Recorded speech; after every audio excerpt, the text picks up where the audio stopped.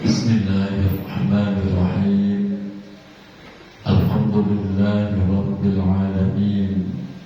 Wassalatu wassalamu ala ashrafil anbiya wa imamil mursalin Sayyidina wa habibina wa maulana Muhammadin wa ala alihi wa sahbihi ajma'in.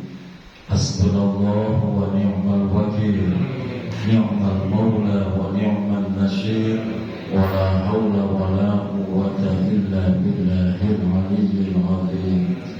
Allahumma anfa'na bima 'allamtana wa 'allimna ma yanfa'una bi rahmatika ya arhamar rahimin. Amin ya rabbal alamin. Al-Mukarramun, seluruh pengurus 3M Mushola Rawdatul Hasanah, Ketua 3M Bapak Sahabat Riyadi, para asatidz, para sesepuh, para tokoh masyarakat. Mohon maaf tidak disebut nama satu persatu tanpa kurang rasa taklim. Seluruh jamaah yang hadir, Bapak Ibu tanpa terkecuali, semoga senantiasa Allah sehatkan lahir batin kita, Allah tambah keberkahan hidup kita, Allah istiqomahkan kita di dalam kebaikan, dan kelak diwafatkan dalam keadaan husnul khotimah. Amin ya rabbal alamin. Alhamdulillah wa syukurillah, pada kesempatan malam hari ini kembali Allah kumpulkan kita di taman surga, melanjutkan kajian kitab Irsyadul Ibad. Masih tentang riddah, yaitu murtad, ucapan berlaku yang bisa menyebabkan murtad. Bismillahirrahmanirrahim. Kemarin terakhir kita sampai wawaqul haidi. Sekarang wa idza'u muslimin wa akhdhu maksin wa riban wa rishwatan ila akhiri dan seterusnya. Termasuk bagian dari kemurtadan.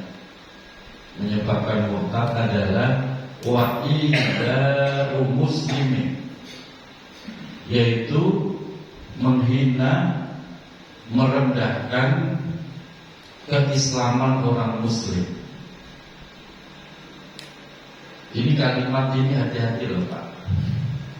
Kita nggak boleh ngomong begini, percuma lu Islam masih mabuk kayak kerjaannya. Pernah dengar nggak kalimat begitu Pak? Itu Bapak bukan lagi menghina orangnya, tapi menghina apa? Islamnya loh Pak. Kalimat itu udah populer di masyarakat Pak. Jadi kalau Bapak mau mencaci, ya caci orangnya, jangan caci agamanya.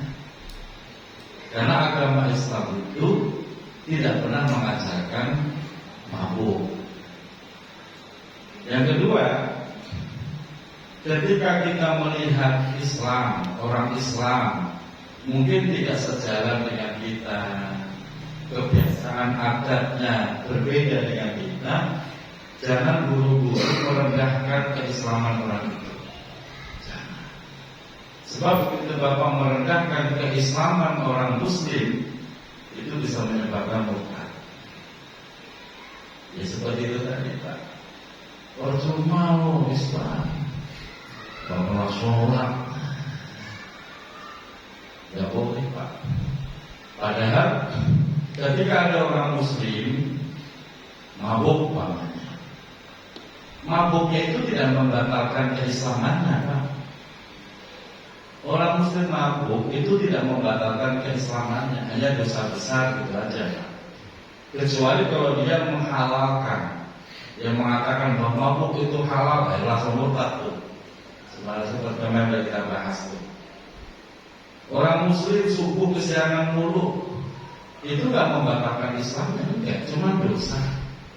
Kecuali kalau dia menganggap subuh boleh kesiangan, nah itu merubah hukum, itu baru murtad.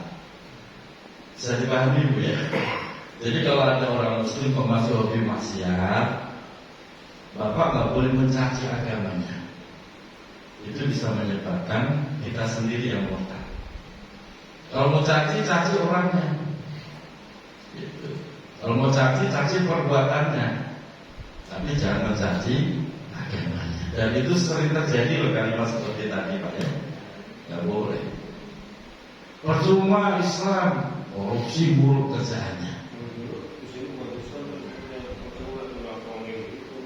Karena itu malah aman malah. Ya, kalau itu malah aman atau nggak togeng. Tapi menyebut Islam, itu berarti Bapak menganggap percuma Islam. Itu sama juga Bapak merendahkan keislaman orang. Padahal Islam itu independen Pak. Kebaikan dan keburukan itu sesuatu yang berdiri sendiri. Tidak bisa menggeser satu dengan lainnya, itu nggak bisa. Orang itu Islam, dia mabuk, dia gak sholat, dia korupsi, itu tidak membatalkan Islam, hanya dosa besar. Dan sementara kita malah merendahkan keislaman orang itu. Allah sendiri itu menganggap itu tidak membatalkan, hanya dosa besar. Loh, ketika kita malah merendahkan Islam. Maka kalau mau begitu ya benar kata Pak Selamat, mudah-mudahan jangan Islamnya. Semua lo togak-togeng. Nah, kalimat-kalimat yang kelihatannya biasa di masyarakat itu ternyata membahayakan Pak. Tanpa disadari kita malah jadi murtad sendiri. Makanya hati-hati.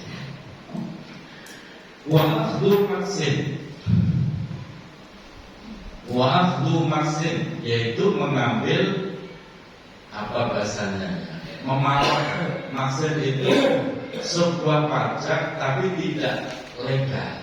Apa namanya Pak? Seperti mengambil pajak tapi bukan legal. Apa malak kan? Ya malak. Nah, perbuatan malak itu perbuatan dosa. Kalau dia menganggap itu sebagai sesuatu yang halal, ya murtad. Pokoknya intinya merubah sesuatu, merubah hukum lah.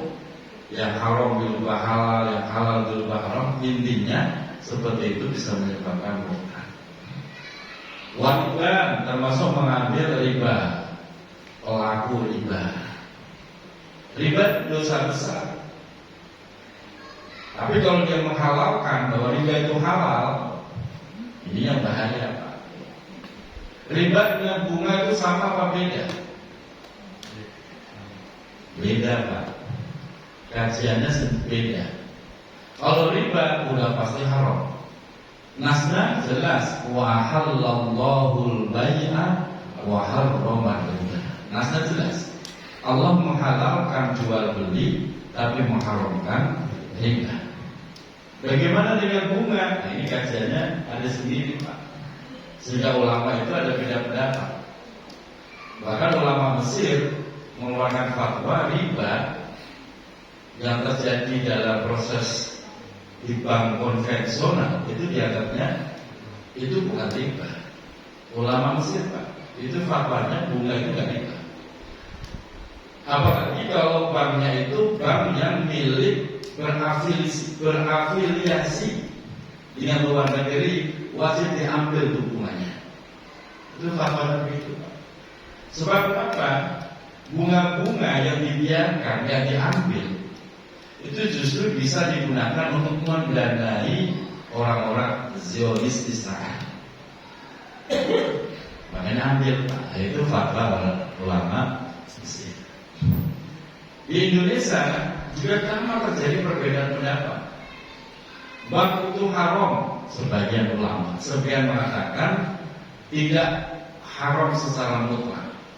Sebab kalau bank semua secara mutlak dianggap haram, Bapak nggak bisa kemana-mana Pak. Bapak mau lewat jalan mana? Jalan itu dibangun dari dana bank nggak kira-kira? Kalau bank dianggap haram, Bapak nggak boleh lewat jalan itu. Bapak mau lewat mana lagi? Jembatan. Jembatan itu penyimpanan uangnya dibangun konvensional, Pak. Nah, makanya ulama beda pendapat tuh. Beda pendapat. Nah, makanya di sini Bapak lebih hati-hati aja sendiri. Tapi kalau riba sudah pasti haram.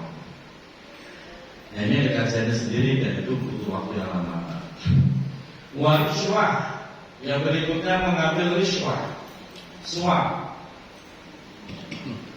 Apa bedanya suap dengan hadiah? Beda, Pak. Kalau hadiah itu diberikan setelah selesai. Itu namanya hadiah, Pak. Bapak udah selesai urusannya, kalau Bapak merasa dibantu, Bapak kasih hadiah. Itu sebenarnya halal. Cuma kalau dalam hukum perdata itu masuk dalam kategori gratifikasi. Ya, Pak Ubay. Gratifikasi itu bisa OTT itu, Pak, bisa ketangkep itu. Karena bisa menyebabkan orang jadi bersemangat untuk melakukan riswah, penyuapan. Nah, kalau suap itu begini definisinya, Pak, yaitu sesuatu yang harusnya nggak bisa menjadi bisa karena adanya sesuatu yang lain. Itu namanya suap. Harusnya Bapak nggak bisa jadi pegawai negeri. Cuma kalau Bapak menggunakan uang sebagai origin bahasanya, nah itu disebut dengan riswah. Begitu. Hadiah itu kalau diberikan di belakang. Nah, orang yang menyuap dan disuap besok di akhirat nggak disiksa, Pak. Cuma langsung dijeblosin ke neraka. Ar-rashi wal murtashi finnar. Orang yang menyuap dan yang disuap langsung di neraka. Disiksa nggak? Udah sisa apa? Kira-kira disiksa nggak, Pak? Disiksa lah, apa yang kalau disiksa. Akhirnya di situ betapa bencinya Allah, betapa bencinya Rasulullah, sehingga redaksinya itu begitu. Ar-rafi wal murtashi finnar, orang yang menyuap dan yang disuap di neraka. Titik, udah nggak pakai embel-embel lagi. Udah itu sudah bahasa, udah nggak ada tawar-menawar tuh, Pak. Kecuali, dalam diri itu selalu ada dua pendapat, Pak. Kecuali suap, ada suap yang dihalalkan, Pak. Ada suap yang dihalalkan. Contoh begini, Pak. Umpamanya nih, ada pemilihan bupati. Kita tahu bupati si A ini track recordnya jelek, dia kejam, pokoknya jelek lah segala macam. Dan kemungkinan besar dia akan jadi bupati. Sebab kenapa? Dia main duit, main duit. Sementara calon kedua si B ini orang yang baik, track recordnya bagus, tapi bakal kalah kalau dia tidak main duit. Akhirnya di sini ulama mengatakan si B boleh main duit, niatnya bukan menyuap suara, tapi mengalahkan kebatilan. Begitu, Pak. Kalau nggak main duit, si A ini yang batil nggak bisa kalah. Nanti dia kalah dibom lagi dengan duit, begitu. Tapi niatnya mengalahkan kebatilan. Itu secara fikih boleh. Nah, kalau A sama B sama-sama jelek, main duit, jangan pakai alasan mengalahkan kebatilan, bersama-sama. Itu loh, Pak. Jelas ya? Jadi kita harus seperti dan ini sudah difatwakan ulama-ulama begitu, Pak. Beda lagi kalau di Rembang, Pak. Di Rembang, di Sarang itu, Pak, ketika adik sepupunya Gus Bahak calon bupati, Pak. Bupati, lurah itu apa? Ya bilangnya duit orang payu. Ya duit. Paham nggak? Duit orang payu. Masyarakat udah nggak bisa disuap pakai duit. Itu musuhnya udah habis berapa miliar itu, kalah Pak. Sementara adiknya Gus Bana, adik sepupu nih, nggak pakai duit sebesar pun. Masyarakat sana memang masyarakat santri Pak. Jadi melihat sosok santri kalau lurah, udah pasti menang Pak. Nah, kebetulan dia itu pernah ngaji sama mertua saya nih. Ketika mertua saya wafat, dia hadir ngobrol begitu. Jadi itu di sana. Kalau di sini mah beda. Dia nggak peduli saham, bodoh amat, kalau nggak ada duitnya nggak jadi. Ya ada beda. Gitu. Dan kan lurah, nyalon RW aja luar biasa. Di sono nggak tahu di sini. Di Pasir Putih Pak, nyalon RW sampai puluhan juta. Pasir Putih. Ya kalau RW sini saya nggak pernah bilang. Ya sedekah, kan? Luar biasa itu kan. Terus, ya biasa. Gitu ya. Selanjutnya wasolatun bila wudu'in. Sholat dengan tanpa wudu. Kita semua tahu itu nggak sah, nggak boleh. Kok dia tetap sholat bila wudu'in dengan tanpa wudu? Orang seperti itu kok menghalalkan? Gak apa-apa sholat gak pakai wudu mah, dia murtad. Sebab kenapa? Memang aturannya kalau mau sholat harus punya wudu. Nah ini udah tahu batal, gak punya wudu, kata dia gak apa-apa, udah buat tanggung. Nah itu kan sok-sok ada kan? Itu bisa murtad. Kenapa? Karena ini ilmu-ilmu sudah ijma, disepakati seluruh ulama. Gak ada ceritanya orang boleh sholat tanpa bersuci. Gak bisa pakai air, ya pakai jubu. Gak ada alasan gak bersuci, gak bisa.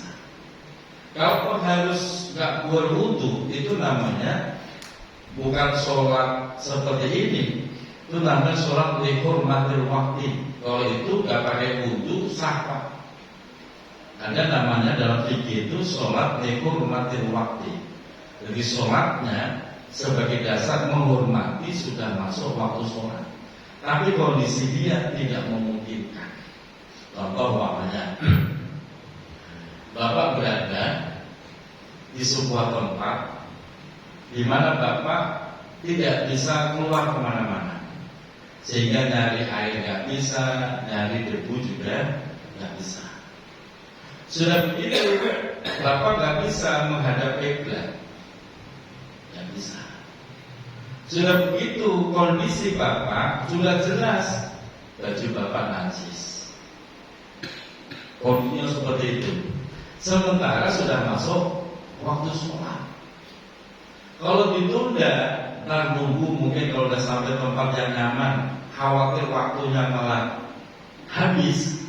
Menurut mazhab Syafi'i, lakukan sholat lihurmatil wakti. Begitu caranya.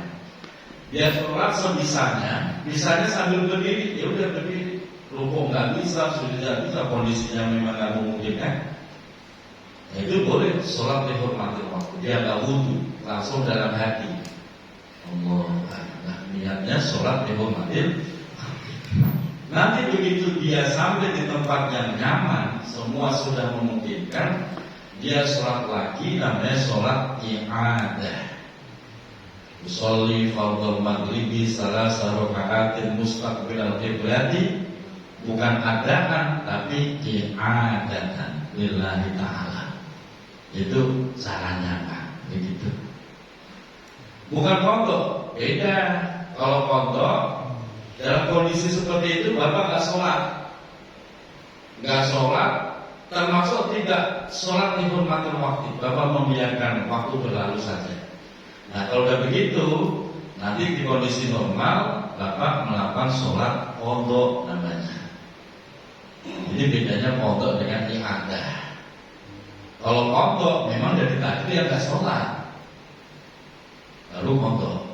Kalau ini dia udah sholat, tapi sholat dihormatil, sehingga nanti dia cukup sholat i'adah, mengulang namanya. I'adah itu mengulang.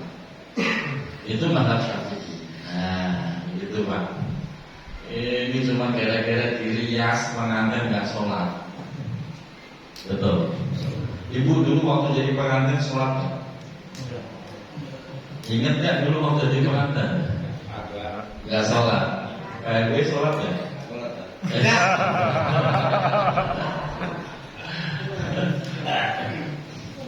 Aneh itu Pak. Minta berkah. Sholat, saya ajarin Bu. Tapi udah lewat ya makanya. Yang belum, yang mau nikah, suruh dirias tuh, saya ajarin. Sebelum dirias, pastikan sudah punya wudhu. Sudah punya wudhu. Nanti dirias. Begitu rias, masuk waktu zuhur, udah sholat. Gak usah wudhu, wudhunya belum batal. Masuk pakai riasan boleh? Boleh, yang penting ketutup aurat. Yang penting jangan batal, gitu Pak, Bu. Jadi jangan alasan begini nggak bisa sholat. Kenapa ini BK kalau dicopot? Nah benerinnya 3 jam lagi. Gitu kan alasannya suka begitu Pak. Padahal ibadah yang tidak boleh ditinggal selama kita dihukumi waras akal kita itu sholat Pak. Ibadah yang lain bisa ditinggal Pak. Puasa, mungkin sebab musafir, boleh tidak puasa. Tapi kalau sholat tetap dikerjakan. Boleh tidak sholat itu kalau kita sudah nggak waras pikiran kita. Bapak waras? Waras. Sholat. Mengaku waras kok nggak sholat, dicurigai itu. Tapi nggak waras. Punya kopi tapi nggak waras, merokok bekas rebus nggak sholat. Curigai, lo gila, itu bener tuh kalimatnya tuh Pak. Itu kayak. Jadi kalau udah tahu masuk waktu, nggak kemana-mana, masih di pos udah main catur, nggak bergerak. Ngopi, lepas nggak sholat, tanyain Pak Erwin, waras nggak lo? Gitu. Pak Erwin kan yang punya wilayah. Pengantin. Kalau pengantin boleh nggak dijamak? Nah, ini sebenarnya seperti kayak ilmu yang nggak boleh dibuka umum sebenarnya. Gitu. Jadi saya jangan ada jamak mata. Jadi ada ilmu seperti kayak ilmu yang nggak boleh dibuka umum Pak. Sebab kenapa? Bisa menimbulkan fitnah. Nah, jadi saya jawab nanti mata, gitu ya. Kalau Bapak yang tahu ya nanti mata lagi gitu. Iya betul. Jadi jangan semua dibuka umum. Ada sesuatu yang bahaya yang harus dijaga. Gitu ya. Selanjutnya wakal bai'i.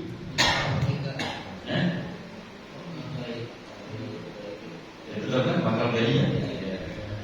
Wakal bai'i dan begitu juga ilmu-ilmu yang sudah ingat bisa tentang ilmu doruri Pak kemarin ya. Kal bai'i dan seperti halnya jual beli. Ini sesuatu yang sudah dimaklum. Namanya jual beli berarti ada alat tukarnya. Jual beli. Terus kita melakukan jual beli tapi nggak sesuai syarat rukunnya. Itu dosa Pak. Dosa. Dari jual beli itu Pak dibahas dalam fikih. Syarat rukunnya itu ada Pak. Makanya bagi siapapun yang melakukan jual beli online hati-hati Pak. Dia wajib menyertakan deskripsi daripada barang yang mau dijual. Wajib itu Pak. Dan dia harus jujur. Kalau dia hanya saya jual sendal, dia nggak menyebutkan deskripsinya, itu namanya menjual sesuatu yang tidak diketahui. Menjual yang haram, membeli juga haram Pak. Jadi menjual sesuatu yang tidak disebutkan definisi atau deskripsinya haram. Membeli sesuatu yang tidak disebutkan deskripsinya juga haram. Maka kalau mau jual beli online, wajib disertakan deskripsinya. Saya menjual sendal, fotonya ini, bahannya ini, nomornya ini, produk buatan ini, ya sebutin saja. Sehingga pembeli tahu gambarannya dengan jelas. Nanti yang dikirim pun ya harus sesuai sini kadang-kadang kan yang curang kan, yang dikirim nggak sesuai. Ya, kalau itu memang udah pemain dosa. Nah, kalau tiba-tiba menghalalkan, wah ini menghalal, ya udah, murtad. Pokoknya kalau merubah yang haram jadi halal ya otomatis murtad. Wanikahi nikah. Nikah itu halal apa haram? Halal Pak, Bu, halal. Kalau ada orang nggak nikah karena mengharamkan nikah, maka dia murtad Pak. Tidak sekedar dosa, tapi murtad. Dia mengharamkan nikah itu haram, murtad dia karena merubah hukum Allah. Tapi kalau dia nggak nikah karena memang nggak pengen, ya nggak apa-apa, silakan. Gitu. Contoh Imam Nawawi Pak, salah satu ulama besar mazhab Syafi'i yang karyanya luar biasa fenomenal, itu nggak nikah Pak. Kenapa nggak nikah? Beliau terlalu sibuk asik dengan ilmu, jadi udah nggak sempat nikah, udah nggak kepikiran, apalagi pencabulan. Kenapa sih lagi ramai kiai cabul itu kiai nggak punya kerjaan gitu Pak? Coba kalau dia sibuk, udah nggak kepikiran Pak. Kiai nggak punya kerjaan, ngomongnya YouTube, itu bahaya. Ini mau ya nikah? Boleh. Karena dasarnya bukan mengharamkan, memang nggak sempat, nggak kepikiran. Seandainya nikah, bahaya Pak. Malah nggak keurus kan perempuannya, nggak kepegang. Kalau boleh jadi imam, saya belum punya bini. Nggak ada fatwa begitu. Nggak ada. Jadi nggak disyaratkan imam itu harus punya, tidak disyaratkan. Takutnya duda-duda rame-rame nikah, nggak ada seperti itu Pak. Yang penting syarat jadi imam kan cuma 4 Pak. 1, dia aqra'uhum, bacaannya benar, bagus, benar. Dia afqahuhum, fikihnya bagus. Terus seandainya ada lagi kita lihat dicari yang asyahuhum, kalau bisa yang paling sepuh usianya.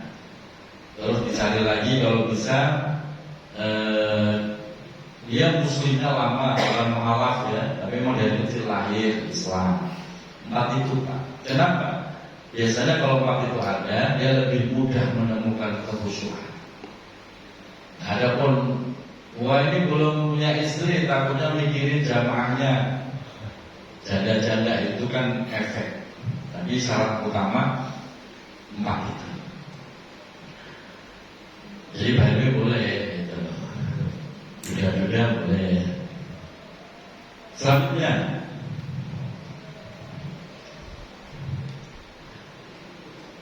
aku yukiru ijazal Quran.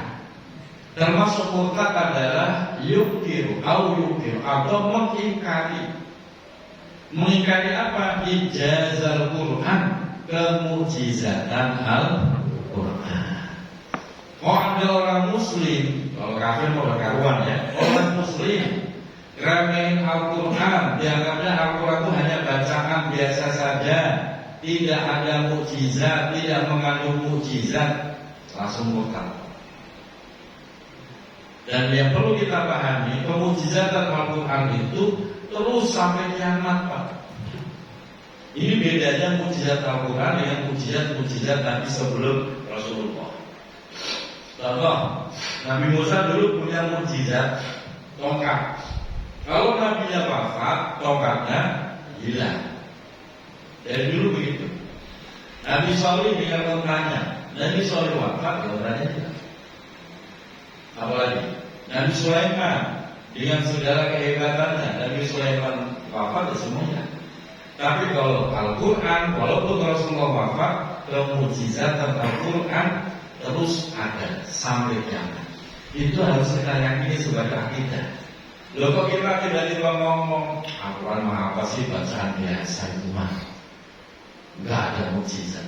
Murtad Pak, murtad.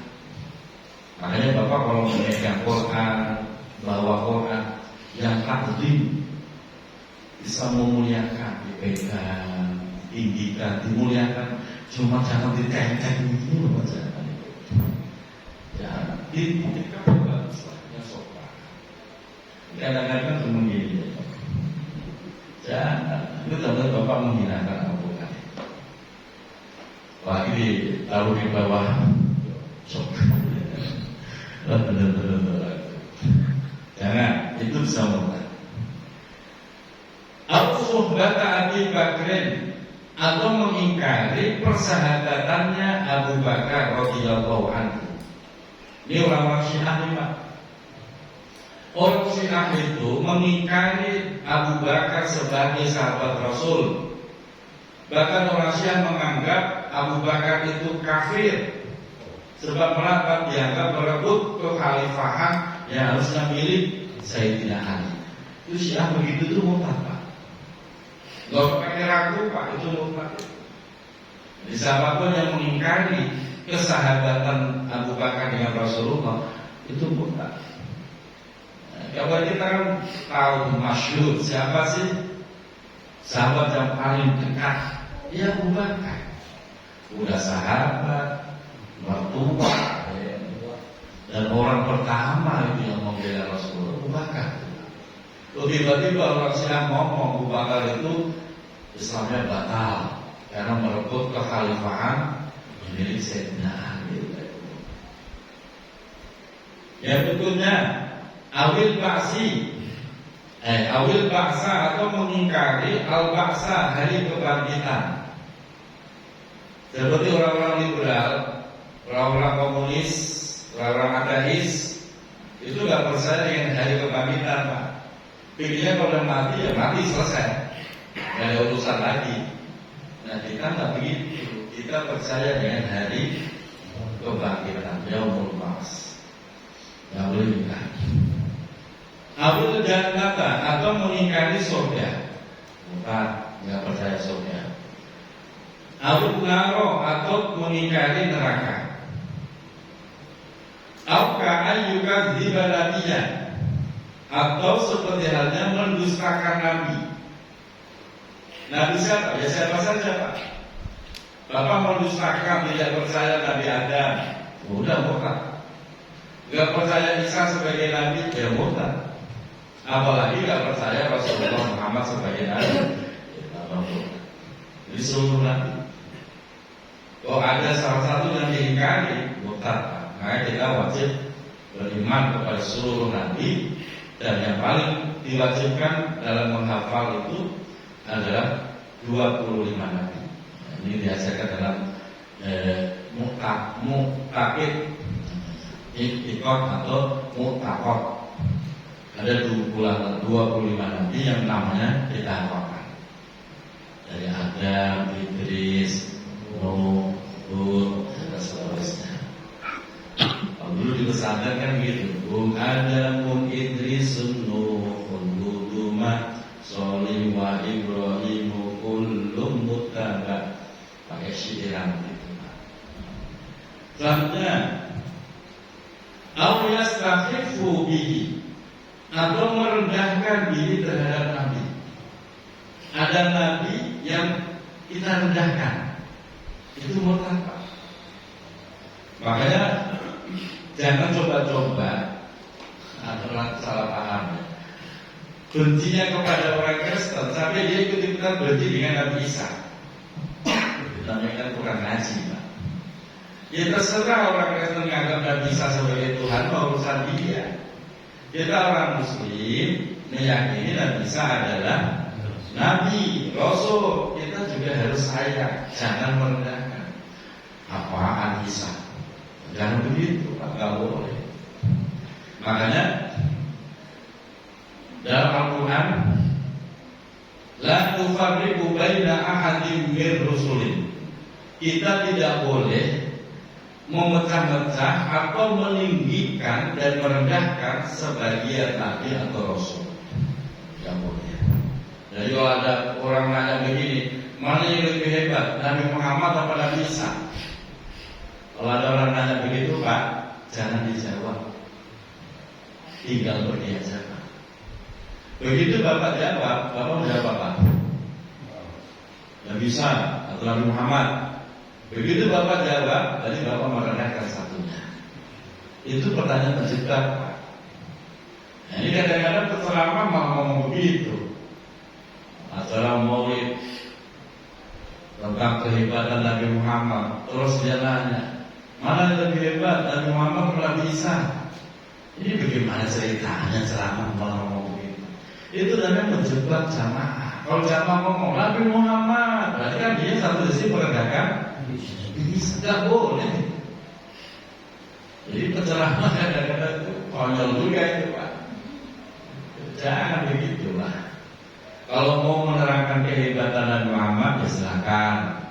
Menerangkan kehebatan Nabi Isa, silakan. Tapi jangan diadu gitu loh, Pak. Tidak bisa itu. Sama seperti orang nanya begini, penceramah juga itu, Pak. Mana yang lebih hebat, Nabi Muhammad atau Quran? Begitu katanya. Jangan dijawab, Pak. Kalau ada penceramah ngomong begitu, mana yang lebih hebat? Mana yang bisa memberi syafaat, Nabi Muhammad atau Quran? Tinggal pergi aja, Pak. Kenapa bahaya, Pak itu? Begitu Bapak jawab Nabi Muhammad, Bapak merendahkan Quran. Begitu jawab Quran, Bapak merendahkan. Jangan dijawab. Dan kita jangan sekali-kali kasih pertanyaan model begitu. Itu namanya menjebak itu, Pak. Nah, ini hati-hati karena tidak boleh merendahkan. Atau dimarahin, atau merendahkan malakin, yaitu malaikat direndahkan. Atau yasubbuhuma, yasubbu itu mencaci keduanya, nabi atau malaikat dicaci. Itu nggak boleh. Walau ta'ridon, walaupun sekedar ta'rid itu apa? Melengos orang Jawa bilang, Pak. Nah, itu Pak, apa namanya? Jadi nyadarain, nah itu loh, Pak. Apa namanya di sini? Siapa? Nah, itu apa namanya itu? Apa? Jadi pokoknya begitu ya. Itu kan ta'rid tuh, melengos. Itu aja nggak boleh. Apalagi kok jelas-jelas kalimatnya, redaksinya jelas menghina. Langsung murtad, Pak. Nah, inilah pentingnya ilmu kita itu ngomong dengan sekata-kata gitu, Pak. Ada remnya, ada batasannya. Al-Yaqdifu Aisyah radhiyallahu anha. Termasuk itu murtad, yaitu menuduh zina. Yang itu menuduh zina kepada Sayyidatina Aisyah radhiyallahu anha. Apa yang terjadi, Pak? Bapak bisa baca sejarahnya di situ. Siti Aisyah itu saat itu sedang kebelet, akhirnya kan namanya di padang pasir itu kan beliau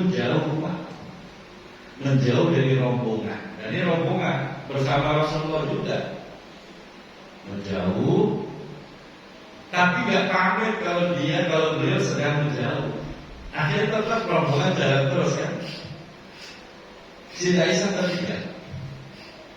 Begitu sudah selesai tertinggal sendiri, tiba-tiba di belakang ada yang nyusul seorang sahabat. Lalu Siti Aisyah ditemani jalan bareng dengan sahabat itu. Muncul isu dari orang-orang munafik, Aisyah melakukan perselingkuhan. Itu namanya murtad. Itu tidak hanya dosa besar, tapi murtad. Kenapa? Karena yang kita tuduh adalah ummahatul mukminin, ibunya seluruh orang mukmin, yaitu istri Nabi Muhammad SAW. Jadi seluruh istri Rasulullah itu sebutannya ummahatul mukminin. ibunya orang mukmin. Makanya jandanya Rasulullah tidak boleh dinikahi oleh sahabat. Tidak boleh baik. Waktu ditinggal wafat, Aisyah itu baru umur 20. Aisyah baru umur 27. Waktu ditinggal wafat, masih cantik-cantiknya. Gak boleh, karena itu ibu buat kita. Masa kita nikahin? Nah, itu aturannya begitu. Kalau kayak hidup di zaman itu gak boleh, Pak.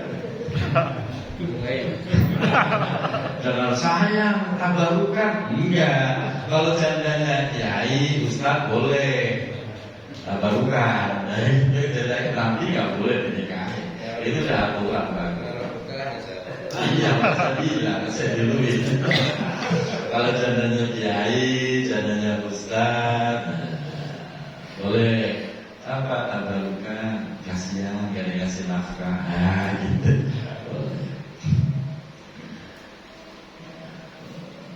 Lanjut.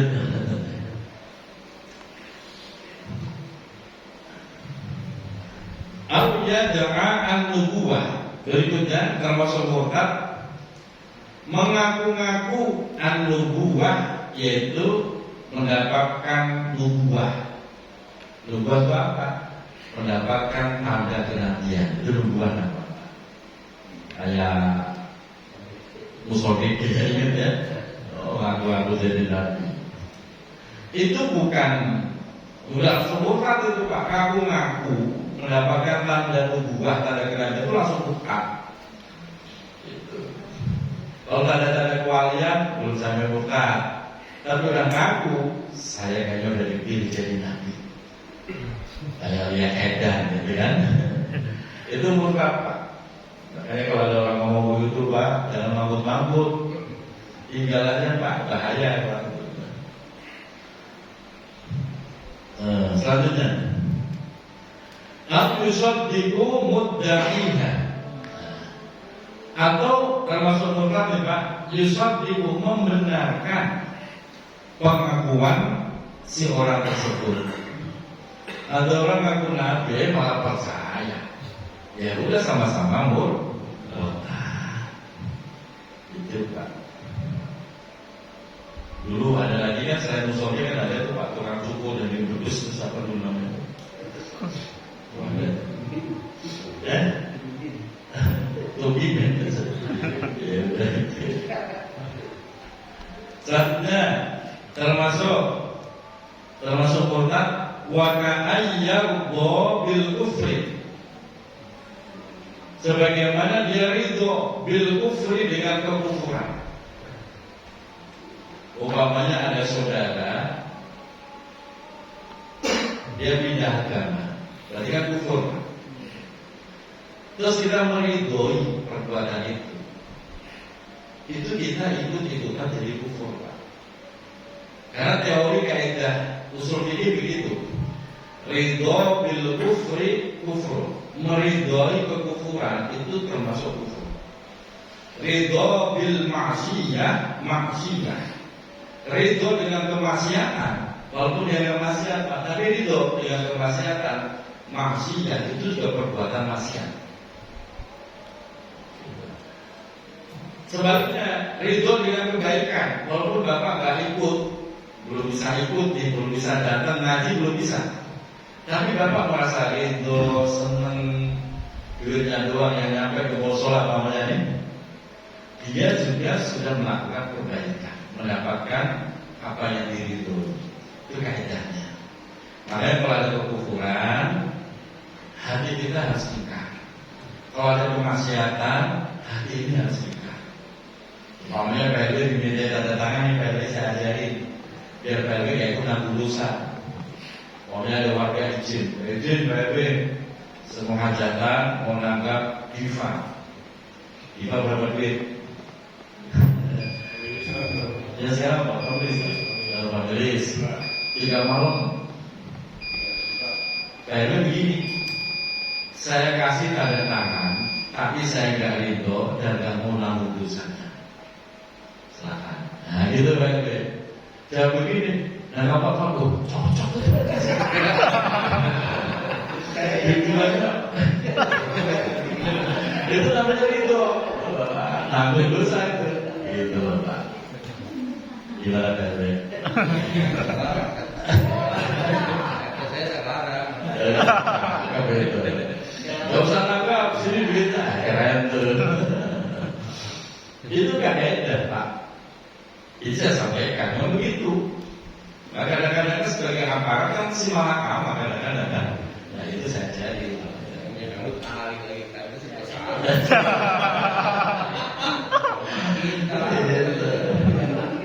Kalau nggak ditandatanganin sama kamu, ya udah saya tanda tanganin. Itu kamu sendiri saya nggak mengaku. Begitu. Tapi baru datang. Gitu. Makanya betul Pak. Kadang-kadang saya diundang gitu kan nikahan gitu. Diundangannya tertera, tersedia hiburan. Tersedia gitu ya. Itu saya nyari informasi hiburannya apa. Qasidah ya udah gak apa-apa lah. Kalau hiburannya kok dangdut yang buka aurat jelas kemaksiatannya, biasanya saya datang belakangan Pak. Asal udah selesai, baru saya ke rumahnya. Begitu. Kenapa begitu? Biar duit saya gak dipakai dagang dangdut gitu loh. Bukan itu gue mau kurang. Begitu caranya. Ini bentuk kehati-hatian saya. Kadang-kadang nama kiai itu modal. Nah, begitu. Kemudian tanggapannya itu dalam gimana? Ya makanya jadi dia cerdas juga gitu loh Pak. Saya sering mau izin dia mencantumkan nama. Asal apa? Boleh kan? Hiburannya nggak ada. Ya sudah, serahkan. Hiburannya feminis. Terus gede nama saya. Nah, ya itu. Ya, semoga kita selamat dan Amin ya Allah. Assalamualaikum warahmatullahi wabarakatuh.